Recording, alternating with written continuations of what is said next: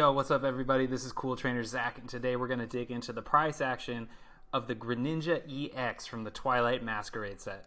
So as you know, Twilight Masquerade is the latest set in the Pokemon TCG series, and as always, the chase cards in the newest set tend to go for crazy premiums right out the gate. This is true of both the raw cards and the graded stuff. And if history is any guide, what generally tends to happen is the new set comes out, people figure out which cards are going to be the most coveted, and then those cards see a huge run up in price only to decline somewhat, in the subsequent 6 to 12 months, right? So a lot of times when you look back at history, you see people kind of got burned when they bought these cards, whether raw or graded, right out the gate, because there's a ton of FOMO. Everybody's trying to, get the latest set, get the chase card from the latest set, especially when it comes to the graded stuff when it first starts hitting the market, and they end up getting a little burned. So people are trying to make sense of this right now with this Greninja Ex. If we look at the price action so far, there's only 4 graded sales showing up in Pokedata right now. We can see that the 10s are going for, initially they were going for 600, someone sniped one at 530, and it's kind of leveled out, it's like that $550 range.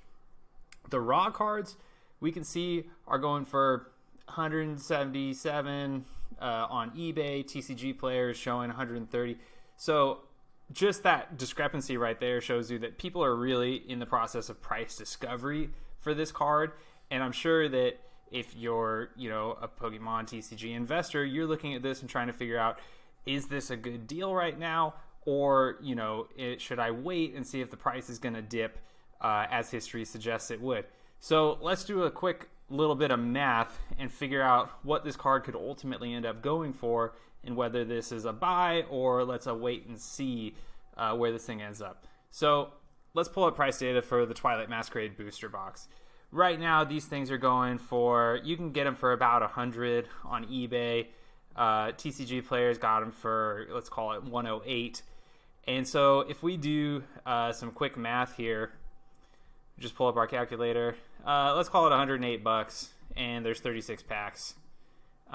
Gives us a cool $3 a pack, right? Now, let's take a look at the pull rates for the Twilight Masquerade set. So you can see on TCGPlayer, they got the pull rates listed for the special illustration rares. That is what our Greninja Ex is, along with some other really beautiful cards from this set.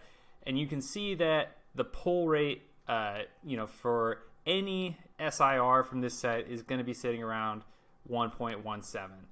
But for a specific SIR, so if you specifically are trying to pull the Greninja EX out of the Twilight Masquerade set, you have a chance at 1 in 941 packs to pull this guy right here, okay?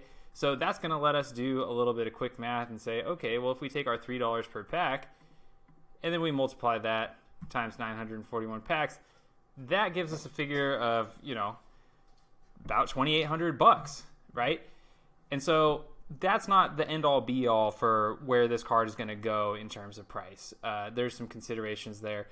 Yes, this is strictly speaking, statistically, you would expect to have to buy almost 1,000 packs of Twilight Masquerade to pull this. Obviously, your experience might be different. You might pull it sooner, or you might take a huge L and buy, 1,500 packs before you ever pull this thing. So what does that mean for where price is going to go? If history is any guide, there's always going to be FOMO right when the set comes out. But if we look at the pull rates, which are getting harder and harder to hit for these SIRs in the newer sets, the fact that this card, if you want to pull this particular card, is so hard to hit that you're looking at, spending 2,800 bucks if you're trying to rip it yourself. The fact that you can get into it for 500 or 600 bucks right now in a 10, I don't know, seems pretty good to me. So history might, make me look a little bit silly, and this thing's going to go down to 300 or 400 bucks over the next 12 months. But in the long term, it seems like a great buy at these levels. Yeah, there's some FOMO, but I think we can expect this thing to go much higher just with how hard it's going to be to rip this for yourself. Hope you like this content. Like and subscribe below, and I'll catch you next time.